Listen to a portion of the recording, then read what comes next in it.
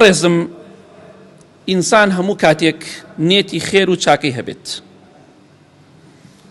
بە ئیزنی خوای گەورە نێتی خێر و چاکەت هەبێ خوای گەورە سەرکەوتوت دەکا. بەڵام ئەگەر پەنا بەخوا ئینسان نێتی خراپی هەبوو خوای گەورە تۆڵەی لێ دەکاتەوە. لە حەدیثێکی صحیح تەرغیب هاتووە.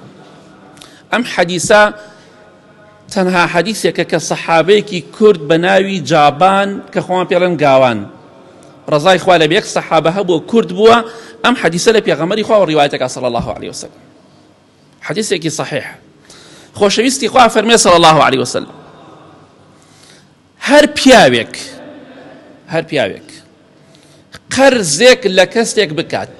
سەیری ئەم حەدیثە پێچەوانەی حەدیثەکەی پێشەوە کەسە باسمان کرد پێچەوانە.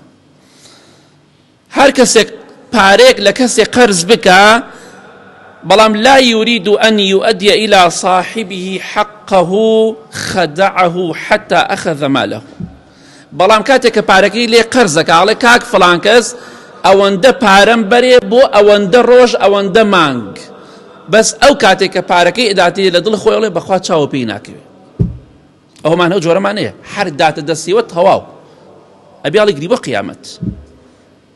ئەم جۆرە مرۆڤە لەناو کۆمەلگای ئێمەدا هەن ئەوەندەی پارەکەت پێدات چاوت پێی ناکەوێت تەواو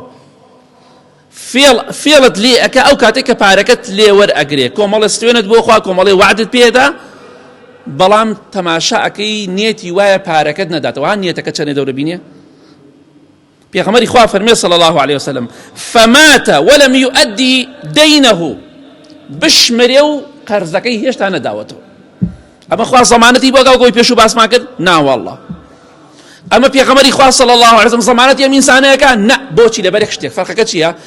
ئەو پیاوە نێتی دانەوەی قەرزەکەی هەبوو خوا زەمانی بۆکا بۆ هێداتەوە.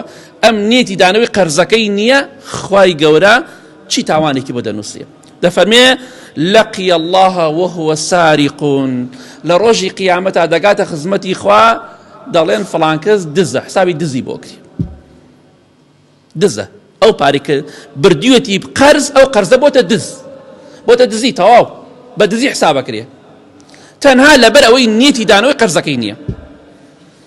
خوای گەورە لە قیامەتا محاسەبەی ئەکا وەکو دزێک وەکو تاوانبارێک کە ماڵی خەڵکی دزیوە و خواردیوێتی چونکە نێتی دانەوەی قەرزەکەی نەبووە. کەواتە بزانە نێتی چیت هەیە مەبەست چییە لەوەی کە قەرزێ لە کەسێک دەکەی. وەڵڵا ئەگەر بۆ ئەوەت بێ کە پارەکە بدەیتەوە خوا لە قیامەت بۆ تەداتەوە. وەک پێغەمبەری خوا فەرمی صلی الله عليه وسلم ئەگەر نێتی دانەوەی قەرزەکەیشت نەبێ و قۆڵی ببڕی لە قیامەتا تۆ دزی تەواو لای خوای گەورە حسابی دزت بۆ کری. جا ئەو جۆرە دزە ناو خۆمانە هەیە. خوا هیدایەتیان بدە.